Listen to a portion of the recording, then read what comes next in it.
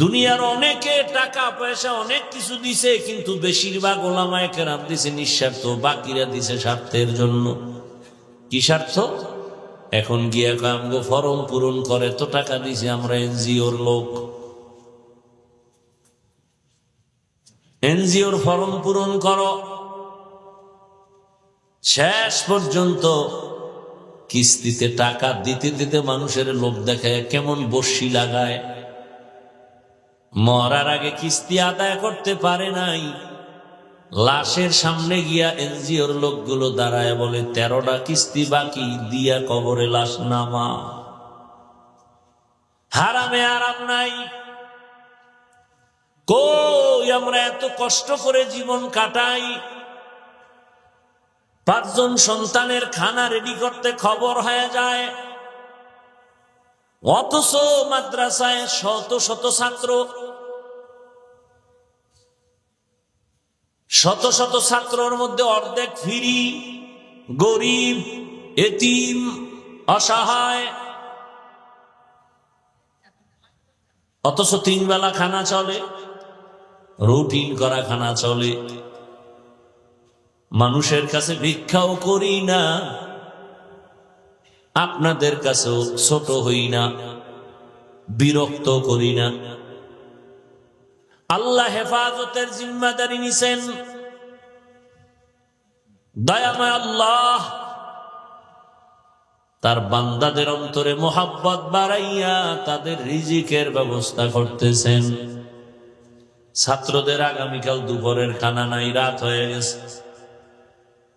হুজুরেরা পরামর্শ করলো কি করা যায়, কয় আল্লাহর কাছে সেজদা দিয়া কান্না শুরু করো, মুনাজাত দাও। ভোর রাতে কান্না, হে মালিক, নিজের বাড়ি ঘর পরিবার ছাড়িয়া তোমার বান্দাদের সন্তানদের মানুষ বানাবার জন্য মেহনত করি, বেতন মাত্র 5-6 হাজার টাকা, তাও মাসে মাসে পাই না। আগামীকাল খানার কিছু নাই, বোর্ডিং খালি। ও আল্লাহ, আমি শিক্ষক না খাইয়া কাটাইতে পারি, কিন্তু এই ছোট বাচ্চাগুলো যারা ভোর রাত্রে ওইটা কোরআন তেলাওয়াত করবে, ওদের যদি খানা দিতে না পারি, কলিজায় মানাইতে পারবো না। মোনাজাত দিয়া কান্নার পর সকালবেলা এক ভদ্রলোক মাদ্রাসায় হাজির। হুজুর, ছাত্র কত? 400।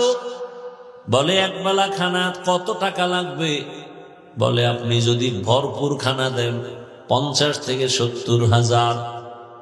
বলে আপনি দুপুরের খানার আয়োজন করেন, সব টাকা আমি দিব, আমার আব্বার জন্য দোয়া করবেন, আমার মা অসুস্থ দোয়া করবেন, আমার ব্যবসায় ঝামেলা দোয়া করবেন। হুজুরেরা তারে জোর কইরা নিয়ে আসছে। কে পাঠাইছেন? গর্তাওয়াকুল মিকুনিহার সবহশান মিরাসানাদ রিজকে তু আজলা মাকাম জুজবা হাকচি জে মাখাজ ইনসুজা ফজলে উআ মস্তে দর জুমলা জাহা। আপনাদের চোখের সামনে নবীজির আদর্শ মানিয়া জেনারেল লাইনে আপনাদের মতো কত বান্দা, হুজুর না, স্কুলে পড়ে, কলেজে পড়ে, চাকরি করে, ব্যবসা করে, 5 ওয়াক্ত নামাজও পড়ে, দাড়িওয়ালা, আপনারাই জবাব দেন আছে না নাই? অশান্তিতে আছে। নবীর আদর্শের কারণে তাদের এখনো সম্মান। ওলামায়ে কেরামের মোহাব্বত অন্তরে জমা করে, চাইলে অনেক হারাম খাইতে পারে, কিন্তু খায় না। কার ভয়? এই ভয়টা যতদিন অন্তরে আসবে না, ততদিন পর্যন্ত ওই বান্দার দুনিয়ায় কোনো শান্তি আসবে না, গুনাহ থেকেও বাঁচতে পারবে না। ও ভাই, আপনি অন্যায় করেন, শিশু বাচ্চার কোনো দোষ আছে? তাও জ্বরে আর হাত পাও বাঁকা হইল কেন? এই সন্তানের মা বাপ, শিশু বাচ্চার তো কোনো গুনাহ নাই, ওর কিডনির সমস্যা কেন? ওই বাচ্চার কেন ক্যান্সার হয়, ওই বাচ্চা কেন পড়ে গিয়া হাত ভাঙ্গে পাও ভাঙ্গে? একমাত্র কারণ আপনি মা বাবার গুনাহের কারণেই শাস্তি পায় সন্তান, আপনার গুনার কারণে। ভাইরা আমার, পয়গম্বর সুলাইমান গোটা দুনিয়া পরিচালনা করেছেন। এ ঘটনা কোরআনে আছে না নাই? আমি কিন্তু আগেই বলছিলাম, আপনি মানেন বা না মানেন, সত্য কথাটার সাপোর্ট দিয়ে পারবেন না? পারবেন? পয়গম্বর সুলাইমান গোটা দুনিয়া পরিচালনা করেছেন, কথাটা কোরআনে আছে না নাই? বা সুলাইমা দাদে মুলক সরওয়ারি, বা সুলাইমা দাদে মুলক সরওয়ারি, খদমতি খাতে মশদে ওয়াপুরি। ভাইরা আমার, ইউসুফ নবী মিশরের অর্থমন্ত্রী নিয়ে দায়িত্ব নিয়ে পালন করেছেন, ঘটনা কোরআনে নাই?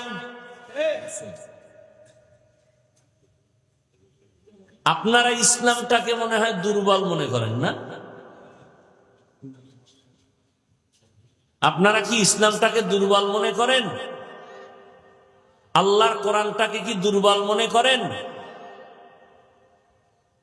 আল্লাহর কোরআন দুর্বল না, কিন্তু যারা বলেন যে সব বিষয়ের সমাধান আল্লাহর কোরআনের ভেতরে আছে, কিন্তু রাষ্ট্রের ব্যাপারে কোরআনে কিছু নাই, মানে ওইটার কেমনে কয় জানেননি? ইসলামের রাজনীতি নাই। তার মানে আপনি বুঝাই দিলেন আল্লাহর কোরআন ইসলাম সব দিক থেকে পরিপূর্ণ, রাষ্ট্রের ব্যাপারে কোরআন দুর্বল। আপনার কথায় প্রমাণ হইল রাষ্ট্রের ব্যাপারে ইসলাম দুর্বল। আসলে কি আল্লাহর কোরআন দুর্বল? আসলে কি রসুলের হাদিস দুর্বল? আসলে কি ইসলাম দুর্বল? আল্লাহ বোধহয় ভুলে রাষ্ট্রের ব্যাপারে কোনো সমাধান দেন না। কি বিষয়টা এমন? বরং মানুষের জীবনে যত লাইনে যত সমস্যা, সব কিছুর সমাধানের একমাত্র ঠিকানার নাম ইসলাম। দুনিয়াতে আর কোন ঠিকানায় গেলে সমাজের, রাষ্ট্রের কোন সমাধান নিখুঁত ভাবে পাবেন না। ভেজাল আর ভেজাল। একমাত্র নিখুঁত ভাবে ইহকাল পরকালের সব সমস্যার সমাধান, ঠিকানার নাম কি? দীনিয়াল ইসলাম দীনু মাওকাহু, আরজু কুফরানান আফওয়ান ইনদাহু, মুক্তাদায়া নবিয়ুন ওয়া সাহবুহু, নুজুমুন লিল হিদায়া ফি জামাহু। আরে মুসলমান দাবি করেন, নামাজ যদি নাও পড়েন, কিন্তু ইসলামটাকে খাটো করেন কেন? বা কেউ করে মেনে নেন কেন?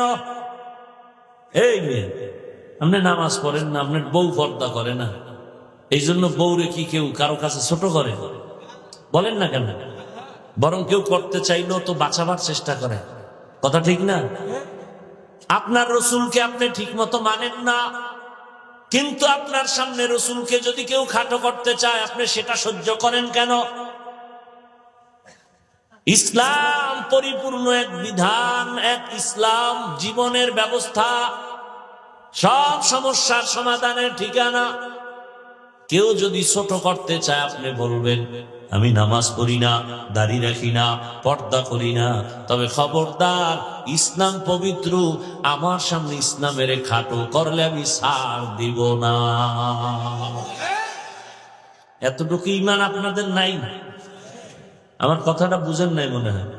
আপনি নামাজ পড়েন না, দাড়ি রাখেন না, পর্দা করেন না, সেটা ভিন্ন। কিন্তু আপনার সামনে আপনি তো মুসলমান, আপনি তো ইসলামের মানুষ, আপনি মানেন না ঠিক আছে, কিন্তু আপনার সামনে ইসলামকে কেউ খাটো করবে, উল্টা পাল্টা কথা বলবে, আল্লাহর উপরে তোহমাত চলে যাবে, রসুলের উপরে ট্যাগ লাগাবে, আপনার তো সাথে সাথে বলা উচিত ফাঁকদার আর একটা বার আমার ইসলাম নিয়ে কথা বলবেন না। আমার ইসলাম আমার আল্লাহর দেয়া, কোনো ভেজাল নাই। আমি মানি না ঠিক, ইসলাম সঠিক, ইসলাম শান্তি, ইসলাম মানবতার ধর্ম, ইসলাম বৈষম্য দূর করার ধর্ম। উল্টা পাল্টা কথা বলবেন না। আমার রক্তবেদন দিয়ে হলেও ইসলামের ইজ্জত আমি রক্ষা করব। এর সামনে যে বাধা হবে সেই বাধার প্রাচীর ভেঙে ফেলবো। কথাটা বুঝাইতে পারছি? এই নিয়তটা বা এই ঈমানটুকু যদি থাকতো, তাহলে আপনার সামনে এই কথা জীবনে কেউ বলার দুঃসাহস পাইতো না যে ইসলামী রাজনীতি নেই। আমার রসুল মদিনা রাষ্ট্র চালান নাই, তো কেন বলেন ইসলামে নাই? আপনি মানেন না, সেজন্য আপনার সাথে ঝগড়া নাই। বিরোধিতা করবেন কেন? আপনি নামাজ পড়েন না, এজন্য তো আমরা বুঝাইতেছি আদরের ভাষা দিয়া, নরম হইয়া আপনার কাছে আমি মাথা নত করে বুঝাই। কত নরম ভাষায় জানো আপনি ইচ্ছা করে নামাজের দিকে আসেন, আপনার একটা গালি দেই না, কিন্তু বিরোধিতা করবেন না, তো এটা ছাড় দেওয়ার কোন রাস্তা নাই। আপনি নামাজ পড়েন না, বুঝাইতেছি আপনার সাথে কোনো ঝগড়া নেই, দেখা হলে আগে সালাম দেব, কিন্তু বিরোধিতা কেন করবেন? এটা সহ্য করা যাবে না। বিরোধিতাটা সহ্য করা, আপনি পর্দা করেন না, কোনো ঝগড়া নাই, বিরোধিতা করলে আপনার সাথে আর কোনো আপোষ নেই, এখানে আর আপোষ করা যাবে না। আপনি দাড়ি রাখেন না, কোনো ঝগড়া নাই, আমি আপনাকে বুকে লাগাবো, সালাম দিব, মেহমানদারি করাবো, কোনো আফসোস নেই। কিন্তু বিরোধিতা করলে আপনার সাথে আপোষ করার কোনো আইন নেই ইসলাম। খুব কঠিন কথা, কিন্তু আপনি বিরোধিতা করেন কেন? আপনি ইসলামের রাজনীতি করেন না, হাজার বার আপনাকে ধন্যবাদ, আপনার সাথে আমার উঠা বসা হবে, কথা হবে, খানা হবে, সব হবে, বিরোধিতা করা যাবে না। যে আমি দুনিয়ার কিছু ধান্দায় পড়ে গেছি, তো বাকি ইসলাম ঠিক, ইসলাম ঠিক, কোরআন ঠিক, আমি মানি না সেটা ভিন্ন। আমার শয়তানের বন্ধু বানায় নিছে, আমি দুনিয়াদার হয়ে গেছি। ইসলামের বদনাম যেন আপনি না করেন, আপনার সামনেও যেন ইসলামকে কেউ খাটো করার সুযোগ না পায়। ইসলামকে ইসলামের মর্যাদায় রাখেন, দেখবেন একদিন আপনারও মর্যাদার রাস্তা খুলে যাবে। সহজভাবে বুঝেন কথাগুলো। وَأَمَّا مَنْ خَافَ مَقَامَ رَبِّهِ وَنَهَى النَّفْسَ عَنِ الْهَوَى। এত বয়ান, এত বয়ান, কথা বলতে কি কষ্ট। 5 মিনিট কথা ভুলে দেখেন তো কি কষ্ট লাগে কথা বলতে। পৃথিবীতে এর থেকে কষ্টের কোনো কাজ নাই। এত কষ্ট, আবার এর মধ্যে যদি প্রতিদিন, আবার যদি হয় 2-3টা, আবার যদি হয় আনলিমিটেড, আবার যদি হয় খাই না খাইয়ার ঘুম না মাইরা। এই যে ফজর ঢাকা সেই কুড়িগ্রাম থেকে 3টা বয়ান শেষ করে আসছি, কারণ ওদিকে যাইতেই পারি না। বছরে 2-4-5-6 দিন যাই। 12 মাস যদি উত্তরবঙ্গে বয়ান করি শেষ করা যাবে না, চট্টগ্রাম সাইডে গেলে শেষ করা যাবে না, যেহেতু সারা দেশে দৌড়াই। কি করব, মানুষের আবদার রক্ষা, লজ্জায় পইরাও দেওয়া লাগে। কতটুকু বাধ্য হই যে হেলিকপ্টারে নিবে। আমি বললাম ভাই যেন আগের থেকে ভাড়া কিন্তু 3 গুণ বাইরে গেছে। হবে, তারপরও নিব। দুপুরে কি আপনি আধা ঘন্টা বয়ান করে আসবেন? দুপুরে, রাত্রে বয়ান আমার ঢাকা, কিন্তু তার ওখানে দুপুরে যেতে হবে জামালপুর, ভাড়া নিবে 2.5 লাখ। এটা কপ্টারওয়ালারা নিয়ে যাবে। আর কপ্টারের সাথে আমরা কোনো যোগাযোগ করি না। কমিটিরে বলি ওগো নাম্বার নেন, নিয়ে অফিসে যান, এয়ারপোর্টে ওদের অফিস, ওখানে গিয়ে ওদের সাথে ডিসকাস করেন সব। আমাদের সাথে এ বিষয়ে কোনো কথা নেই। কিন্তু বদনামগুলো আমাদের উপরে চলে আসে, নিতে চাই না। সব ঠিক, আমিও ঠিক, হেলিকপ্টার কি বলে কমিটি ঠিক, মাহফিল ঠিক, বয়ান চলতেছে, হাফিজুর রহমান নাই, কিও হেলিকপ্টার যাবে না, গজব কি, কুয়াশা। কেন নিচে দি সব রৌদ্র, না উপরে গেলে সব অন্ধকার। হ্যাঁ নে কি বলে দার্জালায় বই রয়েছে, ওরা যাবে না। এখন আমগত মাথা গরম, ইজ্জত শেষ, আর অগত টেনশন নাই। তোমার 2-2.5 লাখ টাকার জন্য আমার কোটি কোটি কোটি টাকার যন্ত্র নষ্ট করব কেন? আর কেউর দ্বারা বিচার দিবেন? এ দেশে বিচার আছে? 15 বছর জেল খাটছে, আদালত থেকে এখন বাইরে হয়েছে, তোমার কোনো দোষই নেই। তাই 15 বছর এই শাস্তি দিলি কেন? এটা বোনাস। যাদের কাছে বিচার দিবেন এদেরকে টাকা খাওয়াই ওরা কনভিন্স করে রাখে, বিচার নেই।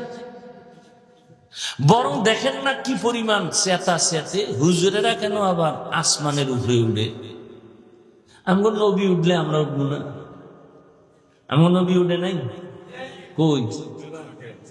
মেরাজ কে হামারা নবী সবএ সামাওয়াত, मेराज के हमारा नबी सबअ समावात, नहीं भूला वहाँ नबी हम गुनहगार उम्मत, नहीं भूला वहाँ नबी हम गुनहगार उम्मत।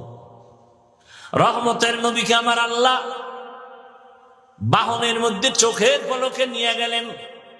7 আসমান, আরশ, কুরসি, লৌহ কলম সব কিছু ভেদ করাইয়া আমার নবীরে আল্লাহ তার বাড়িতে নিয়ে আল্লাহর সামনে বসাইয়া মজার মজার কথা বলেছেন। সুবহানাল্লাহ, না? মজার মজার কথা বলেছেন। নবীকে আমার হাদিয়াও দিয়েছেন। এই যে 5 বেলার নামাজ আমরা আদায় করি, এটা মেরাজের হাদিয়া। 50 ওয়াক্ত নামাজ আমার মায়ার নবীর উম্মতের হাদিয়া দিছেন আমার আল্লাহ।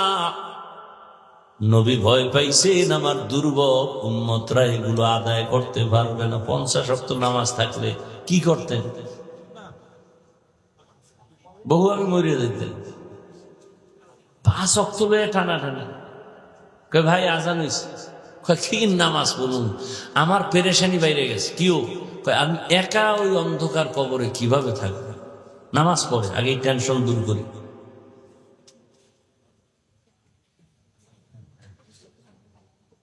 পাঁচ ওয়াক্ত নামাজ কমাইতে কমাইতে কমাইতে কত আছে লাস্টে? নবীর মনটা গেছে বেজার হয়ে, আহা আমার উম্মত সব বেশি পাইব, কমতে কমতে গেল সব। রহমতের নবী বলেন, আমার অন্তরে দুঃখ, আমার উম্মতের সওয়াব কমে গেল। আল্লাহ বলেন, ও পয়গম্বর আপনি উম্মতের জানায়া দেন 5 বেলার নামাজ যদি আদায় করে আমি পুরা 50-এরই সওয়াব দিয়ে দিব। মাকুন সুসুতি নামাজে পাঞ্জে গানা ফাওয়াইলুল লিল মুসাল্লিন আল্লাযিনা মুমিনারা ইনামাজে ইমদাদে দা ইস্তাইনু আয়াতে কুরআন। এই ভলিউম বাড়া, কষ্ট হয় আপনাদের? আচ্ছা কি কষ্ট বলেন তো, একটু বইয়া রয়েছেন এই তো। মানে কষ্ট এতটুকু যারে এতক্ষণ বাইরে থাকলে মোবাইলে কত দুনিয়া ঘুরে লাগবে, এইটা ভালো না। এই তো ভাইরা আমার, তো 12 মাস মোবাইল দেখছেন, একটা দিন আল্লাহর জন্য দেন না। আল্লাহর কাছে দোয়া করেন, এই বর্ষাটাও যদি আপনার ইখলাসের সাথে হয়, আল্লাহ বলবেন যাও আমার আলেম রে তুই ভালোবাসা কোরআনের মহব্বতে বয়ান শুনছো, আমি আল্লাহর স্পেশাল পাওয়ারে তোকে বিনা হিসাবে জান্নাত দিয়ে দিলাম। আতিনা ফি দারে দুনিয়া না হাসান আতিনা ফি দারে উকবা না হাসান ইয়া গিয়াসাল মুস্তাগীসি নাহদিনা লিফতিসারা বিল উলুমি ওয়াল গিনা হর গোরিদে नेको तू तैयार है जो न मांगे उससे तू बेजार है। ও আমার কলিজার যুবক বাবারা, বৃদ্ধ বাবাজিরা, পর্দার আড়ালের মা বোনেরা, এত বয়ান আর এত বয়ান, জুমার খতিবের বয়ান, আমাদের বক্তাদের বয়ান, পীর মাশায়েখের বয়ান, দাওয়াত ও তাবলীগের বয়ান, এরপরেও কেন আমাদের আমলের খাতা শূন্যের কোঠায়? কারণ কি? ব্যবসায়ী ভাই জেনে শুনে কেন কাস্টমারের সাথে মিথ্যা বলে ধোকা দেয়? কর্মচারী মালিকের সাথে কন্ট্রাক্ট 8 ঘন্টা ডিউটি করবে, কেন ফাঁকি দেয়? জানে ফাঁকি দেওয়া গুনাহ, এরপরও করে মিথ্যা বলা গুনাহ, জানার পরে কেন বলে? কারো উপরে আক্রমণ করা জুলুম, জানার পরেও কেন করে? চুরি করা গুনাহ, এরপরও চোর কেন চুরি করে? এখানে আইয়াও মোবাইল নেই, ওয়াজে ফেরেশতারা মোবাইল চুরি করে। টাটকা বয়ান দি হই না, মোনাজাতের ঘরে নাই, মোবাইল শেষ। এরকম কুলাঙ্গার আছে না নাই? আল্লাহ হেদায়েত দান করুন। ভাইরা আমার, এত কিছু সব জানার পরেও কেন আমলের খাতা শূন্যের কোঠায়? একমাত্র কারণ আমাদের মাঝে একটা মেডিসিনের অভাব। কিসের অভাব? ওই মেডিসিনটা আমার মধ্যে না থাকলে আমিও বেতালে আছি, আমিও ওয়াদা ঠিক রাখি না। কেন বলে? মেডিসিন আমার মধ্যেও দুর্বল। পাগড়ি মাথায় দিছি ঠিক, তবে আমার সন্তানের সাথে আমি হক আদায় করি না। কেন বলে? মেডিসিন দুর্বল। ওই মেডিসিনের নাম হলো আল্লাহর ভয়। কার ভয়? দুনিয়ার যে ব্যক্তি আমার আল্লাহকে ভয় করবেন, দুনিয়ার সব মখলুক তাকে ভয় করবে। যেই ব্যক্তি আমার আল্লাহকে বেশি মহব্বত করবা, দুনিয়ার সব মখলুক তোমাকে মহব্বত করবে।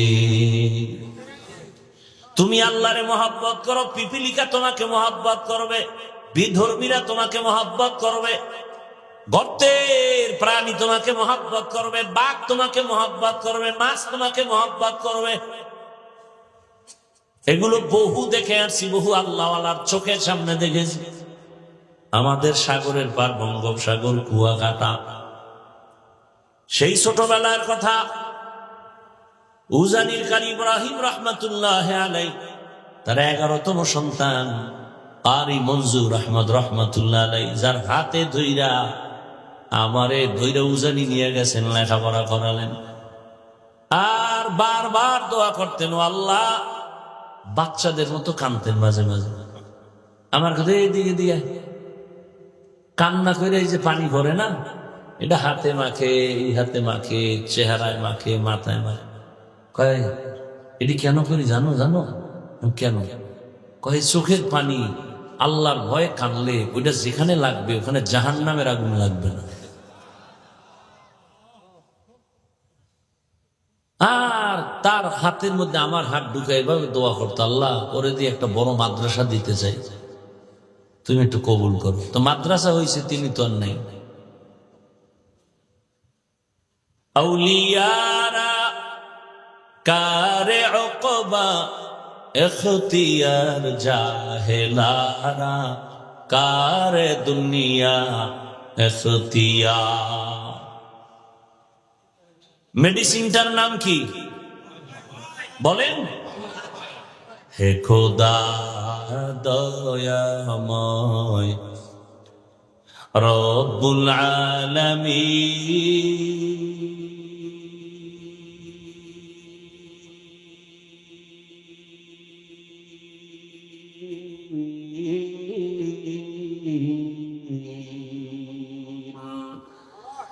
জীবনে মরণে ভয়, কি হবে সেই দিন, হে খোদা, হে খোদা দয়াময় রব্বুল আলামিন।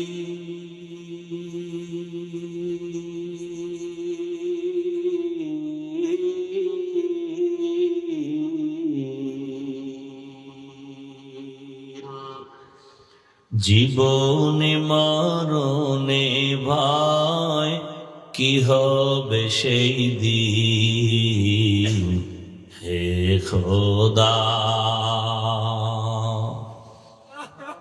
ধরাতে আসিয়া আজি বড়ই অসহায়,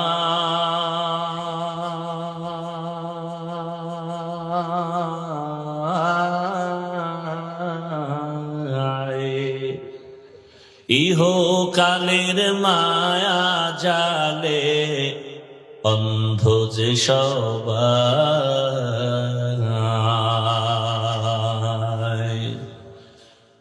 ধরাতে আসিয়া আজি বড়ই অসহায়,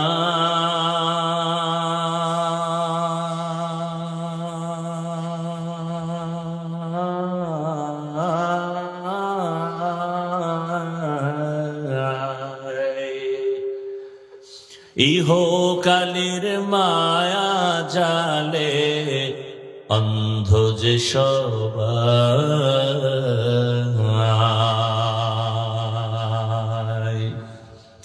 দাও হেদায়াত মুক্তি দাতা, দাও হেদায়াত মুক্তি দাতা, গফুরুর রহিম।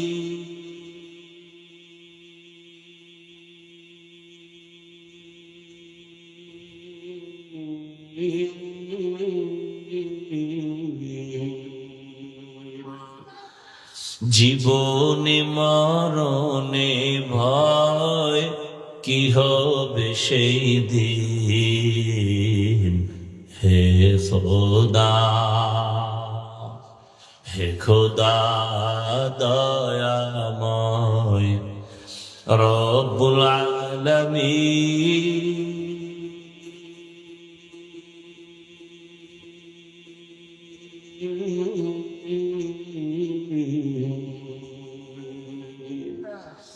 জীবনে মরণে ভয়, কি হবে সেই দিন, হে খোদা। या इलाही मुझसे मुझको दूर कर, ताके देखो मुझ में तुझको एक नजर। এরে আল্লাহর বান্দারা, আমরা আপনাদের পাও ধরে ধরে ধরে ধরে বুঝাই, তাবলীগ ওয়ালারা বুঝায়, পীর মাশায়েখরা আপনাদের পেছনে দৌড়ায়, নামাজ পড়ে কান্না করে, টুপি পরি, দাড়ি রাখি, পর্দা করি, হালাল খাই, এরপরও সকলের চোখে পানি আর কান্নার আওয়াজ। এমন একজন আলেম নাই যে কাঁদে না। আল্লাহর কাছে কেমনে দাঁড়াবো? নামাজ রোজা তেলাওয়াত টুপিদারি ঠিক রাইখা যদি আমরা কান্না করি আর আপনাদের কাছে দোয়া চাই আর ক্ষমা চাই, আপনারা যারা নামাজ পড়েন না আপনাদের উপায় কি? আপনারা যারা পর্দা করেন না বলেন আপনাদের কি হালাত হবে একটু চিন্তা করছেননি? আরে জান্নাতের টিকিট হাতে পাইছেন 10 জন সাহাবা। প্রথম হযরত আবু বকর, দ্বিতীয় হযরত ওমর, তৃতীয় হযরতে ওসমান, চতুর্থ হযরতে আলী রাদিয়াল্লাহু আনহুম আজমাইন। জান্নাতের টিকিট তাদের হাতে জমা। তাদের আমল কত সুন্দর, নামাজ কত সুন্দর, তেলাওয়াত কত সুন্দর, তাদের ইখলাস আর তাকওয়া কত সুন্দর। এরপরেও সারাটা জীবন কান্না করে কাটাইছেন, আল্লাহর দরবারে কেমনে দাঁড়াইয়া হিসাব দিব? আল্লাহ তো এই কথাই বলছেন, ওয়া আম্মা মান খাফা মাকাম রাব্বিহি ওয়া নাহান নাফসা আনিল হাওয়া ফাইন্নাল জান্নাতা হিয়াল মাওয়া। আমার আদালতে দাঁড়াইয়া হিসাব দেওয়ার ভয়, যে দুনিয়াতে গুনাহ ছাড়বি তোকে বিনা হিসাবে জান্নাত দিব। আরে দুনিয়ার মামলা খাইয়া যদি শুনে আগামী 20 দিন পরে আমার আদালতে হাজিরা, উকিল কয় সাবধান, জানি না রায়টা কোন দিকে হয়। 20 দিন আগের থেকে আপনার আমার ঘুম বন্ধ, টেনশন। মামলায় যদি বিচারক আমার রায়টা উল্টা দেয়, উপায় কি? খানাও নাই, স্ত্রী কয় এমন কেন করো, কয় ভালো লাগে না। আদালতে 20 দিন পরে আমার হাজিরা, ওই চিন্তায় ঘুম নাই, খানা নাই। কিন্তু সকল আদালতের বড় আদালত কিয়ামতের আদালত। কেমন আদালত? আম্মা জান আয়েশা বলতেছে, বলবো? আম্মা জান আয়েশা বলেন, আমি 6 বছর বয়সে আমার সাথে রাসূলের বিবাহ। খেয়াল করিয়েন ও পর্দার আড়ালের আম্মা জানেরা, বোনেরা, কয়দিন আর দুনিয়ায় থাকবেন আর বাহাদুরি করবেন? চোখের সামনে আপনার কত আপনজন চলে গেল। আপনার মতো কত মা এই অত্র এলাকায় আছে, 5 ওয়াক্ত নামাজ পড়ে, পর্দা করে, স্বামীর মাল হেফাজত করে, মোবাইলে সময় নষ্ট করে না, এমন মা নাই? ও আম্মা জান বলেন, আপনি কেন পারবেন না? আল্লাহর আযাবের কি ভয় নাই? সময় থাকলে একটা ঘটনার ইঙ্গিত দিয়া যাব রে মা। আম্মা জান আয়েশা বলেন, রহমতের নবীর সাথে আমার কয় বছরে বিয়া? 6 বছর বয়সে বিবাহ। 9 বছর বয়সে আমি রাসূলের ঘরে গেলাম। আমার বয়স যখন 18, রহমতের নবী তখন দুনিয়া থেকে বিদায় হয়ে গেলেন। আর আমগো দেশে 18 বছরের বোনের তো বিয়াই হয় না। কি 18 বছরে বিয়া হয় না? তো হয় না, বরং এর উপরে আবার আগুন জ্বালায় দিছে, কয় বাল্য বিবাহ হবে না, বাল্য বিবাহ বন্ধ। কয় তো বাল্য বিবাহ চলবে না, তো কি চলবে? কয় আকাম চলবে। আকাম আকাম চালাও, বিবাহ চলবে না। আকাম কেমনে করবি? বইয়ের মধ্যে শিখাবো, রেডি থাক। কেমনে আকাম করবি, প্রেম কেমনে করবি, এগুলো শিখাইবে ক্লাসে। কি সুন্দর সিলেবাস। গানের শিক্ষক গান শিখাবে, গান। এজন্য আলাদা মাস্টার রেডি কইরা স্কুলে দেওয়ার জন্য, প্রাইমারিতে দেওয়ার জন্য পাগল হয়ে গেছে। আমগো শিক্ষানীতির যারা মুরব্বী তার মানে কুকুর কুকুরনি রাস্তাঘাটে যেমন যৌবনের আদান প্রদান করে, কেমন যেন তারা চায় এই সমাজের মানুষগুলো, যুবক যুবতী যেখানে সেখানে যৌবনের আদান প্রদান করবে, দেশটাকে জাহান্নামের আখড়া বানাবে, বেশ্যাপাড়া বানাবে, প্রস্কোয়াটার বানাবে। হুজুর যদি বয়ান না করতো, মাদ্রাসা না থাকতো, কত আগে জানি এটা জাহান্নামের বাগান হয়ে যেত। ওলামায়ে কেরাম যখনই মাঠে নামে, কয় পারবে না, পারবে না। পারে না কোনটা বলো? ওলামায়ে কেরাম যেখানে নামছেন আন্দোলনে, কামিয়াব হয়ে গেছেন।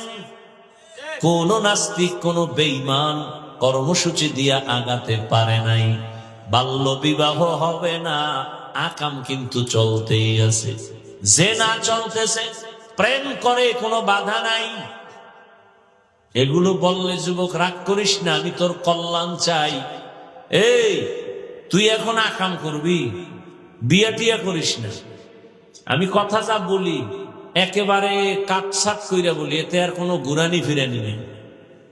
তুই যদি মেয়ের চরিত্র নষ্ট কর, বিয়া টিয়া করিস না। কারণ তুই 4-5টা মাইয়ার চরিত্র নষ্ট কইরা যদি বিয়া করো, ওই মাইয়া তোর ঘরে একটা আসবে, ওটা বউ হয়ে আসবে না, জল্লাদ হয়ে আসবে। 4টা মাইয়ার চরিত্রের জুতার বাড়ি দিয়া ঝাল মিটাবে। বাচ্চা থাকলে আমার বলিস, আর যদি মইরা যাই কবরে গিয়া জুতা মারিস যে হাফিজ মিথ্যা বলছিলি কেন? জুতা মারিস আমার কবর, লেখা রাখ। তোর চরিত্র যেমন, তোর বউ যেটা হবে তার চরিত্র তেমন। কোরআনের আয়াত, আল খবিসাতু লিল খবিসিন, খবিসের সাথে খবিসা। না হুজুর, আমার ডানা কাটা ভরি। কোরআনের কসম খাইছে, কোরআন শপথ করছে, কোরআন মাথায় নিয়ে মাইয়ায়। আমি বললাম বল ওই মাইয়ার সিরিয়াল কত? কোরআন নিয়ে মাথায় শপথ খাইছে, আবার সিরিয়াল কি? আমি বললাম তোর সিরিয়াল যত, মাইয়ার সিরিয়ালও তত। তুই যদি 3 মাইয়ার পরে এই মাইয়ার সিরিয়াল হয় 4, ভালো করে লেখা রাখ, ওই মাইয়ারও 3 ছেলের পরে তুই সিরিয়াল 4। তোরে ফকির বানায়া, ভিক্ষুক বানায়া তারপরে হিজরতে যাবে তোর ওই বউ। কি হাসো না? টের পাবি যে জুতার বাড়ি খাবি, ওদিন টের পাবি। হাস, বাইরে হয়ে যাবি। আমি হাসির জন্য বলি না, আমি কথা বলি অল টাইম, আমার কলিজার থেকে কথা বলি, চূড়ান্ত মোহাব্বত নিয়ে কথা বলি। একটা মানুষকে জাহান্নাম থেকে বাঁচাবার জন্য বলি, হৃদয় থেকে বলি, কাউকে খুশি আর বেজার করার জন্য নয়। আমি কলিজা দিয়ে মোহাব্বত করি। আমার কলিজার যুবক কেন চরিত্রহীন হবে? আমার কলিজার যুবকের তো আল্লাহ এই পরিমাণ মেধা দিয়েছেন যে তার একটা যুবকের 1 মেধা দিয়া গোটা দুনিয়াটাকে কন্ট্রোল করবে। সেই মেডিসিন আমার যুবকের ভেতরে আছে, নষ্ট হবে কেন? তুমি ইঞ্জিনিয়ার হও, ডাক্তার হও, প্রফেসর হও, তুমি এসপি হও, ডিসি হও, ওসি হও, এমপি হও, মন্ত্রী হও, চেয়ারম্যান মেম্বার হও, তোমার মধ্যে এত মেধা, গোটা দেশটাকে কন্ট্রোল করার ক্ষমতা আছে। কিন্তু চরিত্র যদি নষ্ট করো, খোদার কসম মৃত্যু পর্যন্ত কেউ তোরে চাকরিতেও রাখবে না, ব্যবসায়ও নিবে না, ধুকে ধুকে কান্না করে মরা লাগবে। চরিত্রহীনের কেউ চাকরিতে নেয়। আমাকে হুজুর বাদ দেন না, হুজুর বাদ। আপনাকে লাইনে কেউ আপনারে ভালোবাসা নিবে চাকরিতে? জীবনের অমূল্য সম্পদের নাম সুন্দর চরিত্র। হেলায় খেলায় জীবন কাটাইনি রে যুবক। কয়দিন আর যৌবনের বাহাদুরি করবি? কয়েকদিন আগে কি ফেসবুকের মধ্যে তোমরা দেখো না রে বাবা, বিদেশ থেকে টাকা অলংকার নিয়ে আসে, বাড়ি যাবে, এয়ারপোর্টে নামছে, গাড়িতে স্ত্রী সন্তানরা আগায় নিতে আসে, গাড়িতে আনন্দ মিছিল দিয়া দিয়া বাড়ি যায়, বাড়ির কাছাকাছি যায়, গাড়িটা পানির মধ্যে ভরে গেছে। কয়েকদিন আগে না, লোকটা কাঁদতেছে, স্বর্ণ অলংকার হাতে নিয়া। আরে মানুষ বিয়া কইরা খাইয়া না খাইয়া বউ মাইয়া নিয়ে এক জায়গায় থাকলো, একটা আনন্দ আছে। আমার কপাল কেন এত খারাপ? টাকার জন্য বিদেশ গেলাম, না বউ সন্তানের আনন্দ পেলাম। কিছুদিন পরে আসছি, অলংকার টাকা নিয়ে কয়েক মাস থাকবো, পরে আবার যাব। কিন্তু আমার কপাল বড় খারাপ, আমার হাতের উপরে আমার বাচ্চাটা মরে গেল, আমার হাতের সামনে, চোখের সামনে আমার স্ত্রী মারা গেল। আজকে তুমি সুন্দরভাবে বয়ান শুনো, কালকে এই সময় আল্লাহ মাফ করুন বুঝাবার জন্য বলি, হতে পারো হসপিটালের রোগী, হতে পারো কবরের বাসিন্দা। দুনিয়াটা কিছুই না রে মুমিন, এখনো সময় আছে, তওবা করো। আম্মা জান আয়েশার কথা বলতেছিলাম, 6 বছরে বিবাহ, নবীর ঘরে আসছেন কয় বছরে? 18 বছর বয়সে রাসূল দুনিয়া থেকে চলে গেলেন, নবীর ঘর করলেন আম্মা জান কতদিন? কি মাত্র 9 বছর। এই 9 বছরে আম্মা জান নবীর দোয়া পাইয়া কতটুকু আগায় গেছেন। দুনিয়াতে যত তাফসীর করনেওয়ালা, কোরআনের প্রথম তাফসীর করনেওয়ালা আম্মা জান আয়েশা। আম্মা জান আয়েশা বলেন, আমি 2000-এর উপরে হাদিসের হাফেজা হয়ে গেছি। আপনারা কয়টা পারেন? আম্মা জানরা কয়টা পারেন? হ্যাঁ, জিন্দেগি মে বন্দেগি তু করনা হে, জিন্দেগি বে বন্দেগি শর্মিন্দা হে, जिंदगी बे बंदगी शर्मिंदा है। दुनिया में हो दुनिया का तलबगार ना हो, बाजार से गुजार हो खरीदार ना हो। ये दुनिया एक मसले कागज फूल है, ये दुनिया एक मसले कागज फूल है। जिंदगी में बंदगी तू करना है, जिंदगी में बंदगी शर्मिंदा है, जिंदगी बे बंदगी शर्मिंदा है। এরে আমার যুবক বাবারা, বৃদ্ধ বাবাজিরা, পর্দার আড়ালের মা বোনেরা, আম্মা জান বলেন, আমি মাঝে মাঝে তাকায় দেখি আমার হুজরায় বসে রহমতের নবী গুন গুন করে কান্না করেন। আমি ভয় পাইতাম, রহমতের নবী কেন আমার রুমে কান্না করেন? না জানি আমার থেকে কোনো বেয়াদবি হয়ে গেল। একদিন আম্মা জান গিয়া নবীর পাশে গিয়া আস্তে করে বললেন, ইয়া রাসূলুল্লাহ, আপনি আমার রুমে কাঁদেন কেন? প্রায় সময় দেখি কাঁদেন। বলবো কষ্ট হইতেছে আপনাদের? আর অল্প টাইম। আম্মা জান বলেন, ইয়া রাসূলুল্লাহ, কোন বেয়াদবি হয়ে গেল নাকি? কাঁদেন কেন? রহমতের নবী বলেন, ও আয়েশা, দুইটা কথা যখন আমার বেশি মনে পড়ে তখন আমি চোখের পানি ধরে রাখতে পারি না রে আয়েশা। খাদিজার কথা আমার মনে পড়লে বেশি কান্না আসে, কারণ আরবের ভেতরে আমার সবাই দুশ্মন। আমি যেই রাস্তা দিয়া যাই, গিয়া কিছু দূর দেখি রাস্তায় কাঁটা দিয়ে আটকানো, আমারে হাঁটতে দেয় না।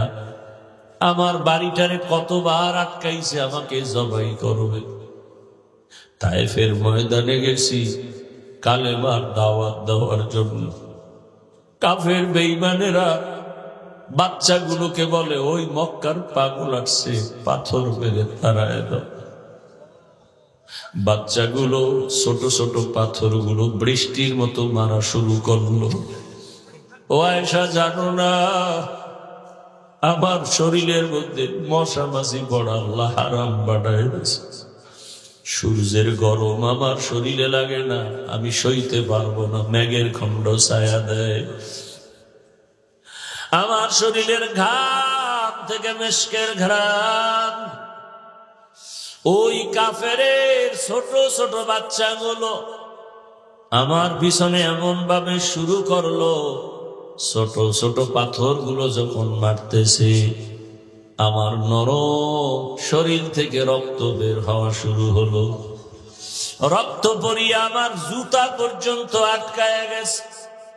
আমি চোখের পানি ছাড়ি আর কান্না করি, আর আমার দিল থেকে দোয়া করি, হে পানি,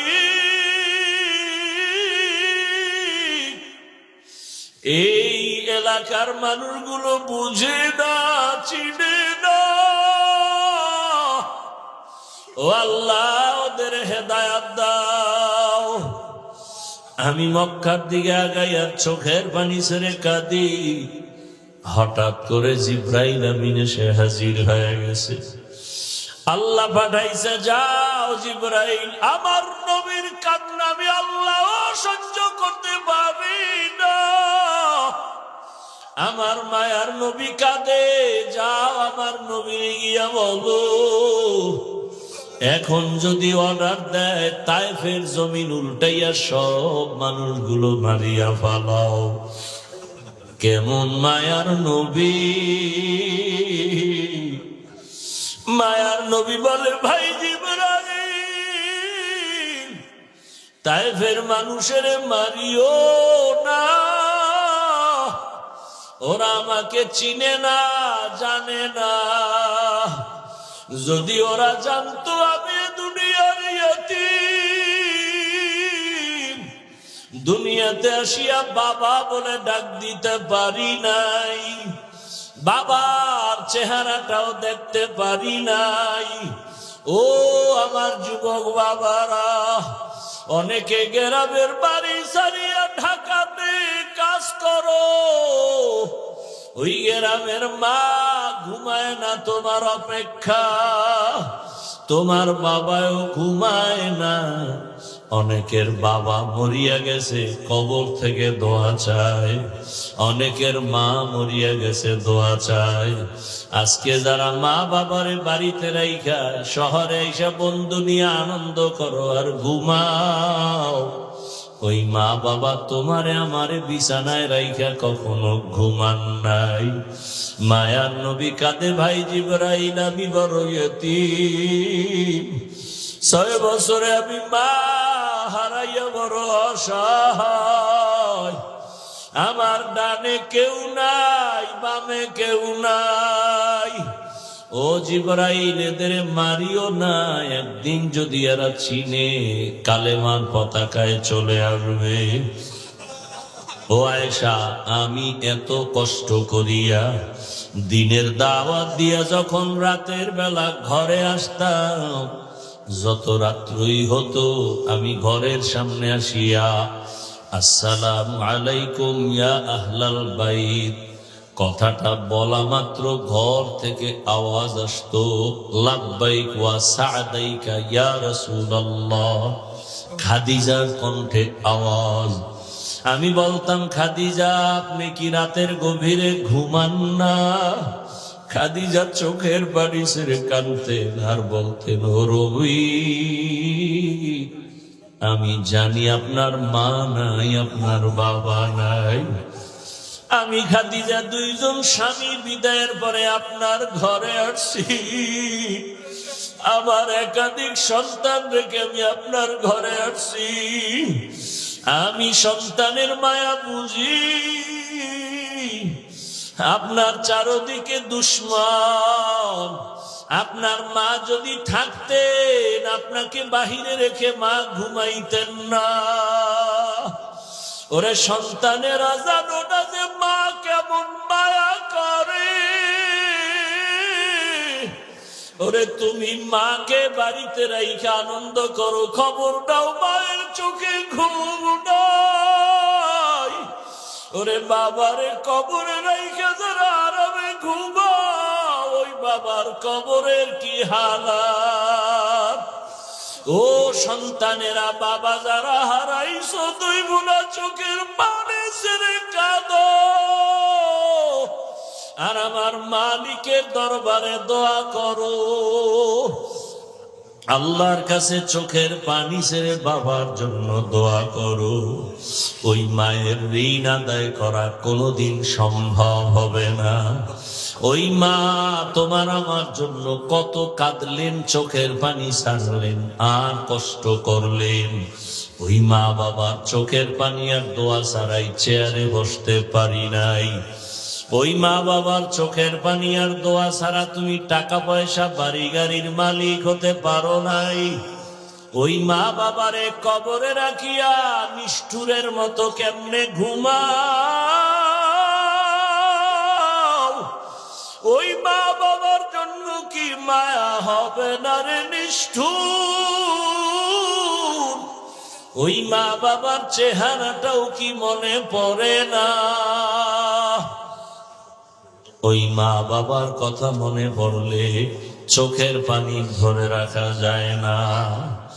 রহমতের নবী কান্না করে, ও আয়েশা আম্মা জান, চোখের পানি ছেড়ে কান্না করেন। নবী বলেন, খাদিজা আমাকে সান্ত্বনা দেয়, ইয়া রাসূলুল্লাহ আপনি যতক্ষণ বাহিরে থাকেন আমি অপেক্ষায় থাকি কখন আসিয়া ডাক দিবেন। আমি যদি ঘুমায় যাই আপনি বাহিরে কষ্ট পাবেন, আল্লাহ বেজার হয়ে যাবে। আমি ঘুমাই না রে ইয়া রাসূলুল্লাহ, আপনার খেদমতের অপেক্ষায় আছি। ও আয়েশা, খাদিজার কষ্টের কাহিনী মনে পড়লে চোখে আমার পানি চলে আসে। আর একটা কথা আমার মনে পড়লে আমি চোখের পানি ছেড়ে কান্না করি। হাসরের ময়দানের কথা যখন মনে পড়ে, ও আয়েশা, হাসরের মাঠের অবস্থা কতটা ভয়ঙ্কর হবে জানো না? নারী আর পুরুষরা সব হাসরের মাঠে উলঙ্গ দাঁড়াবে। সূর্যটা মাথার উপরে নেমে আসবে। সূর্যের গরম তাপে মাটির জমিনটা তামা হয়ে যাবে। গুনাহগার নাফরমানের মাথার মগজগুলো ভাতের মারের মতো ফুটতে থাকবে। আরে জাহান্নামেরও আওয়াজ।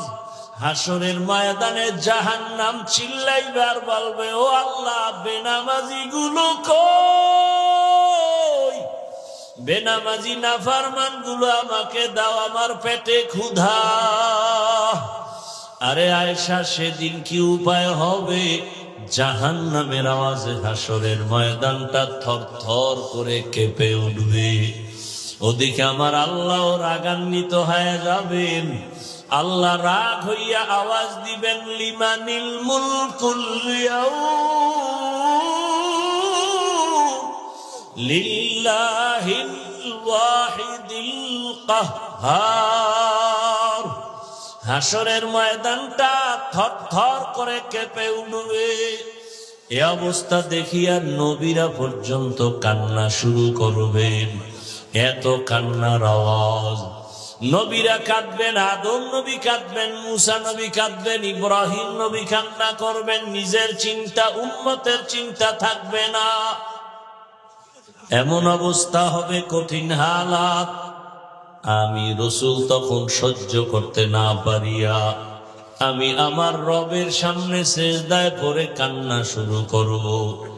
ঈসা নবী কাঁদবেন নিজের চিন্তা, মুসা নবী কাঁদবেন নিজের চিন্তা, ইব্রাহিম নবী কাঁদবেন নিজের চিন্তা, দাউদ নবী কাঁদবেন নিজের চিন্তা, আদম নবী কান্না করবেন নিজের চিন্তা। আর আমি যখন কান্না শুরু করব, মাকামে মাহমুদের ভেতরে আমি একটাই আওয়াজ দিব, আল্লাহ আমার উম্মত, আমার উম্মত, আমার উম্মত। আমার একটা উম্মত জাহান্নামে গেলে আমি জান্নাতে যাব না। ও আয়েশা, আমি তখন আমার উম্মতের চিন্তায় কান্না করব। এখন আমি উম্মতের চিন্তায় কান্না করি। ও নবীর আশেক বাবারা, ও যুবকেরা, তোমার মতো কত যুবক চাকরি করে, ব্যবসা করে, নামাজ ছাড়ে না, লেখাপড়া করে, নামাজ ছাড়ে না। জেনারেল লাইনে তুমি কেন পারবা না? এখনো সময় আছে, তওবা করে নেও। মরিয়া গেল আর নামাজ ছাড়বা না, দাড়ি কাটবা না, বেপরদায় চলবা না, মা বাবার সাথে বেয়াদবি করবা না, শিক্ষকের সাথে বেয়াদবি করবা না, ওলামায়ে কেরামের দোয়া পরামর্শ নিয়া নবীর আদর্শ মেনে চলবা। আল্লাহর কাছে তওবা করো, জীবনে তো গুনাহ কম করো নাই। মা বোনেরাও আল্লাহর কাছে তওবা করেন, জীবনে আর বেপরদায় চলবেন না, নামাজ ছাড়বেন না, আর কোনদিন স্বামীর মাল নষ্ট করবেন না, আল্লাহর হুকুম নবীর আদর্শ মেনে জীবন চালাবেন, একটা আদর্শ সন্তানের মা হইয়া কবরে যাবেন। আল্লাহ আমাদের সবাইকে তওবাওয়ালা জীবন দান করেন, তওবার উপরে মজবুত হইয়া চলার মতো তৌফিক আমাদের দান করেন, আমিন। আলহামদুলিল্লাহি রাব্বিল আলামিন, ওয়াসসালাতু ওয়াসসালামু আলা সাইয়্যিদিল আমবিয়াই ওয়াল মুরসালিন ওয়া আলা আলিহি ওয়া আসহাবিহি আজমাইন। ইয়া আরহামার রাহিমিন, ইয়া আরহামার রাহিমিন, ইয়া আরহামার রাহিমিন। রব্বিরহামহুমা কামা রাব্বায়ানি সগীরা। আল্লাহুম্মা ইন্নাকা আফুউন কারীম তুহিব্বুল আফওয়া ফা'ফু আন্না। আল্লাহুম্মা ইন্না নাসআলুকা রিযাকা ওয়াল জান্নাহ ওয়া নাউযু বিকা মিন সাখাতিকা ওয়ান নার। আল্লাহুম্মা ইন্না নাউযু বিকা মিনাল বারাসি ওয়াল জুনুনি ওয়াল জুযামি ওয়া সাইয়্যিল আসকাম। ইয়া আল্লাহ, আমরা গুনার বোঝা নিয়ে আপনার দরওয়াজায় হাজির। আয় আল্লাহ, মেহেরবানি করে আমাদের গুনাহ মাফ করে দেন। আয় আল্লাহ, মাহফিল কবুল করে নেন, আয়োজনকারী সহযোগিতাকারীদের কবুল করে নেন। আয় আল্লাহ, এলাকায় শান্তি দান করেন, মা বোনদের আবেদা পর্দাওয়ালা বানায় দেন, সন্তানগুলো নেককার বানায় দেন। আয় আল্লাহ, ঘরে ঘরে সুন্নতের আমল চালু করে দেন, নবীজির সুন্নাতওয়ালা জিন্দেগি দান করেন, নবীজির রওজা জিয়ারতের জন্য কবুল করেন।